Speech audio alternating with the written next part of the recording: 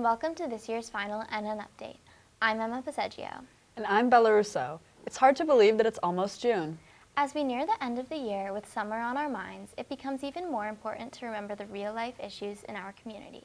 This includes last month's protests in Newton Center involving supporters and opponents of the events of this year's To Be Glad Day. Ruby Metcalf has the story.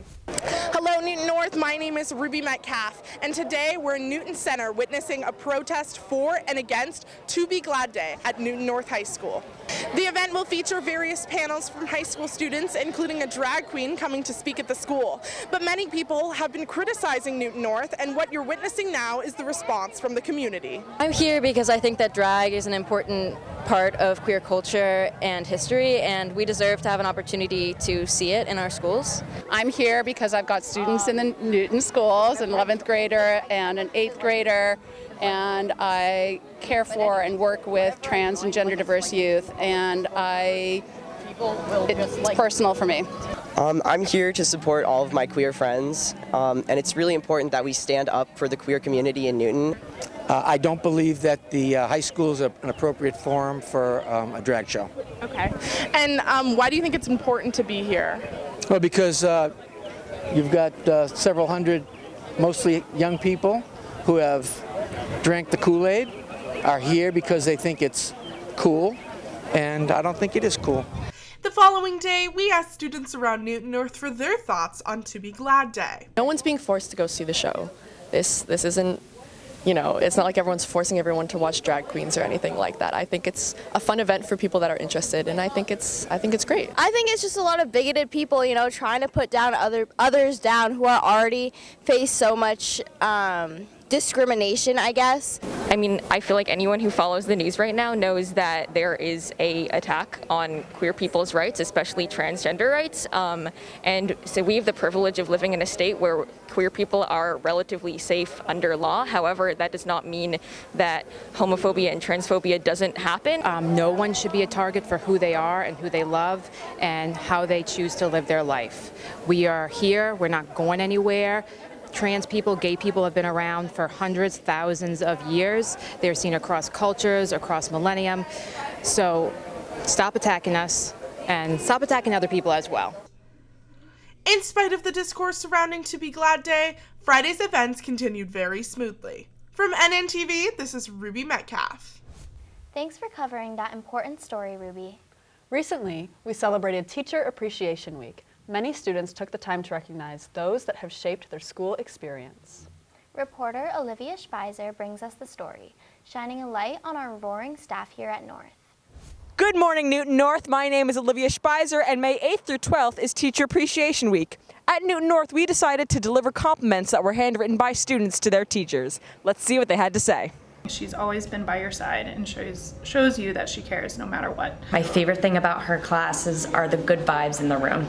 I appreciate that she'll explain something however many times and ways and still be patient about it. I will never forget SOHCAHTOA. Like I said, this is going to feel awkward for me, isn't it? She truly has made me feel accepted and heard more than most teachers. Our favorite thing about Mr. Turner is his passion for American history and his positive attitude. Mr. Turner makes learning about American history so fun and is so kind. Fire accent. I also love when he randomly drops stories of near-death experiences from his life. If anyone could survive a blizzard or a moose attack, it makes sense that it would be him. He continues to support and encourage me in everything I do and has become my greatest support system at North. I appreciate this teacher because he's such an awesome teacher, and his dry sense of humor always makes me laugh. Miss Young is super friendly and always wears cool outfits. She has continuously supported me and helped me build my confidence in myself and my writing. She cares about her students, listens to them, and makes her classroom a community. I'll get thank you notes after writing letters of recommendation. But it's like once every couple years I'll get a note from a student, otherwise outside of that, so that was really nice. Thank you. My initial reaction, I would say I would love to thank them so much for this. Hearing things from students make it seem like all the time and effort that I put in is worthwhile. I do have a folder of, and on the folder it says why I keep teaching, and anytime I have a thank you note or something like that from a student, I stick it in the folder. And some days when I'm having a bad day, why I keep teaching, and I go in and I reread them and I think, oh, you know, this is why I keep doing it. So It's interesting because people have written me letters, you know, end of the year kind of thing. But these two writers really get at what I would hope people would see from me or feel from me, that I'm interested in what they're interested in, or that I'm paying attention to the work they do. So these are both are like dream praise for me. And I love my students. I love you.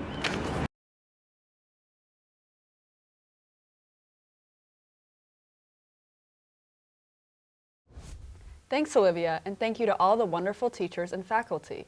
Next, we have something a little different to show you. Reporters Luke Andrews, Sarper Paker, and Sean O'Neill have been working on a short film about paranormal activity. Here's a little sneak preview of NN Unsolved.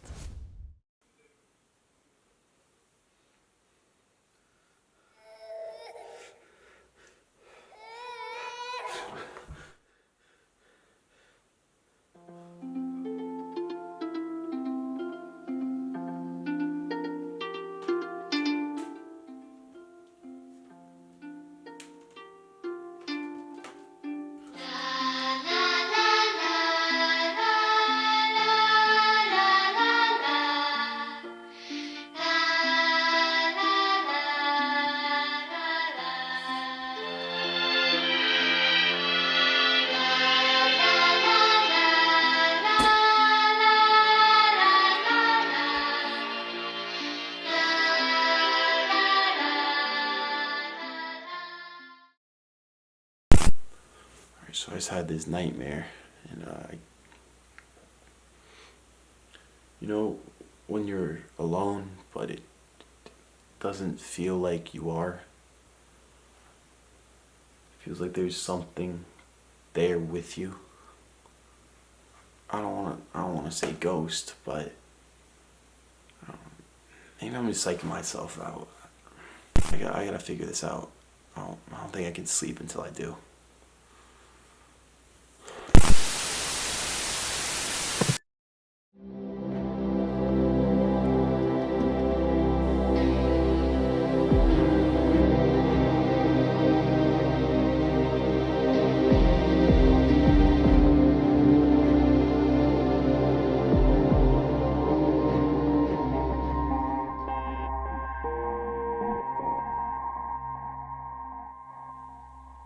So I started looking.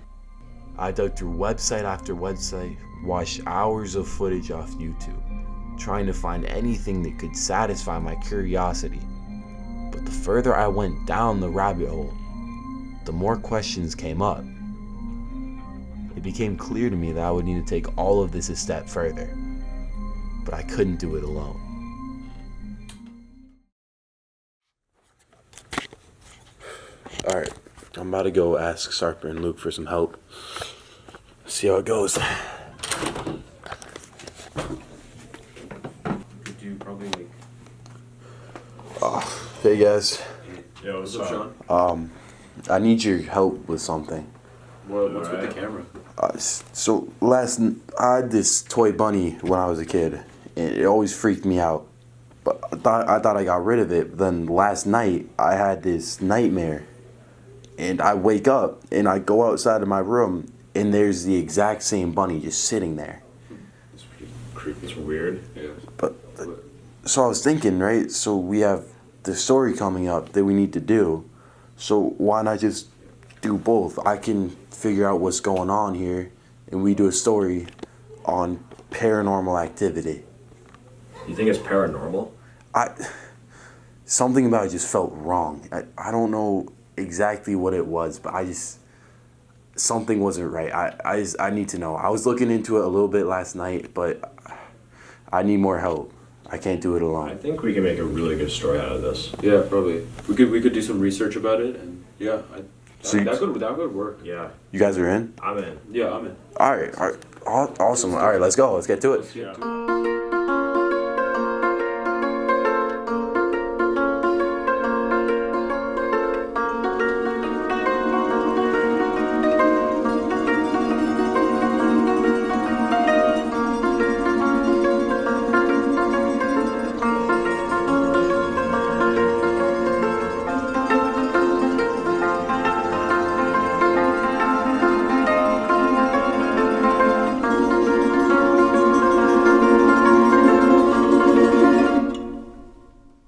That's spooky. Check out the rest of the film on our YouTube. And be sure to keep an eye out for part 2, coming soon. Last up, reporter Luke Andrews brings us a blast from the past, transporting us back in time to Auburndale's own Norumbega Park. Amusement parks have always been a popular and enjoyable form of entertainment. Today, people will drive all the way to Springfield to go to Six Flags, and some people will pay huge sums of money to go to Disney World.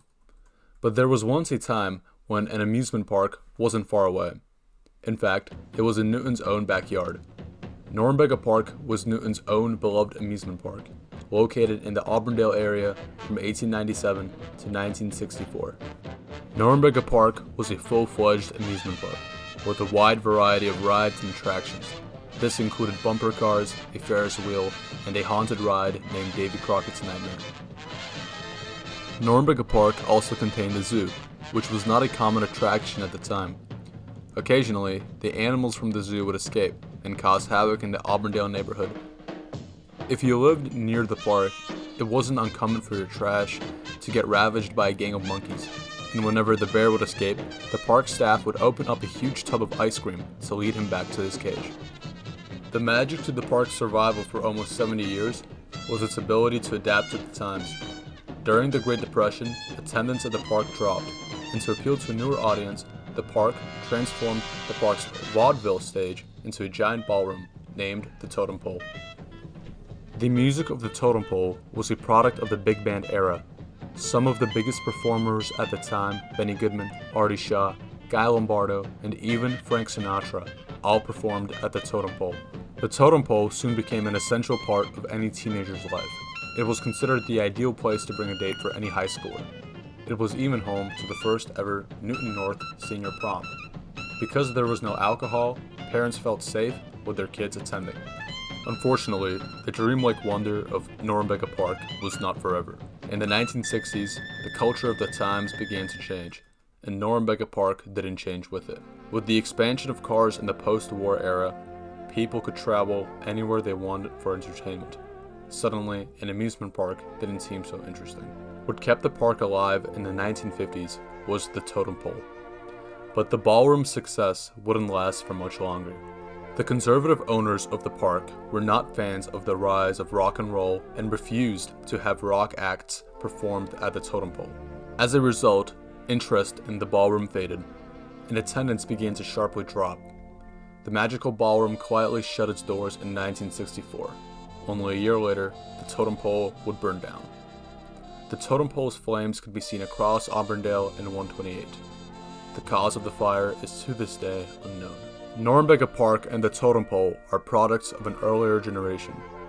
There was nothing in Newton like it before, and there likely will never be anything like it in the future again.